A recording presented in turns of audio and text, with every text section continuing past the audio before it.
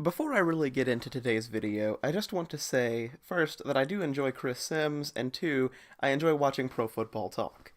However, recently I was thinking back to a list that Sims put out back in August.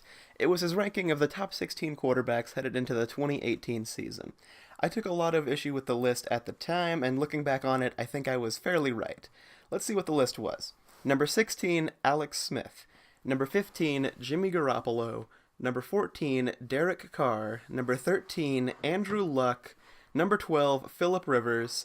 Number 11, Kirk Cousins. Number 10, Drew Brees. Number 9, Matt Ryan. Number 8, Deshaun Watson. Number 7, Cam Newton. Number 6, Ben Roethlisberger. Number 5, Carson Wentz. Number 4, Matthew Stafford. Number 3, Tom Brady. Number 2, Russell Wilson. And number 1, Aaron Rodgers. I thought there were a lot of things wrong with this list, and here were the 5 biggest. Number 5 would be Tom Brady at number 3. Number 3 isn't super low, which is why this is the lowest complaint I have, but I still feel like it's justified. Tom Brady is the greatest quarterback in the history of football. 9 Super Bowl appearances, 6 wins. And even though heading into this season he was coming off of a Super Bowl loss, he was still Tom Brady. Ranking him anywhere outside of the top 2, probably number 1, is not something you can do, in my opinion, just because of how good he's always been. My 4th biggest issue is Carson Wentz in the top 5. I know what you're probably thinking, the Cowboys fan doesn't like Wentz's ranking, big shocker. But here's the thing. Carson Wentz has had, to this point, one MVP quality season, and it was the season heading into this. However, that's just one. I feel like you need a bigger burden of proof to say a guy is a top 5 quarterback in a list like this, especially coming off the injury that Wentz was coming off of, that torn ACL. As we showed in the 2018 season, I was kind of right on this one, as Carson Wentz wasn't nearly as impressive as the year before. Again, this could be homerism takes, I'm not saying I'm immune to it, however, Wentz in the top 5 seemed like a mistake to me. Number 3, Watson and Garoppolo's high rankings. This is not an issue with either of these players. I think they're both very talented, I really like Garoppolo, I really like Watson. However, these guys had 5 games and 7 games respectively of film from the previous season that got them these high rankings. Garoppolo at 15 I'm not going to complain about as much simply because it's at the very edge of the list, but Deshaun Watson being in the top 10 based on 7 games is not something that I could get behind, especially because they went 3-4 on those games. Now, winning is a team stat. That is something that cannot be stated enough. However, the Texans weren't winning all that many games as a team when Deshaun was there. His numbers were good. I don't deny that. And he's a good quarterback. He had a good 2018. But ranking him in the top 10 heading into 2017 was irresponsible.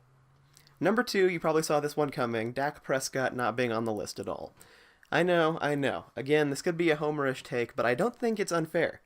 When 2 of the guys on this list had only played a combined 12 games the year before, when Andrew Luck, number 13 on this list, did not play a game the year before, and Dak Prescott, who went 9-7 the previous year, is not on the list at all, I see some problems there. Carson Wentz got a top 5 spot based on his one good season.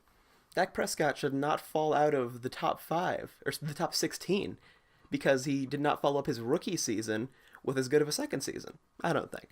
Obviously, I like Prescott a lot more than the average NFL viewer, but him not being anywhere near the top 16 quarterbacks really bothered me. And number 1, I think the most glaring issue with this list is Drew Brees at number 10. This is almost an offensive level take. Drew Brees is one of the greatest quarterbacks in the history of football. The numbers back him up very well, as does his Super Bowl ring.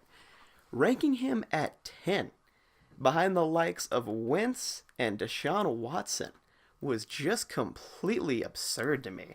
There's no real way that I feel like you could justify this outside of thinking Brees was going to retire in the preseason. It's just unacceptable. Those were the 5 biggest issues that I had. Another one that turned out to be an issue that obviously nobody could figure in was Patrick Mahomes not being on this list, or Baker Mayfield. This is something I cannot blame Chris Sims for whatsoever.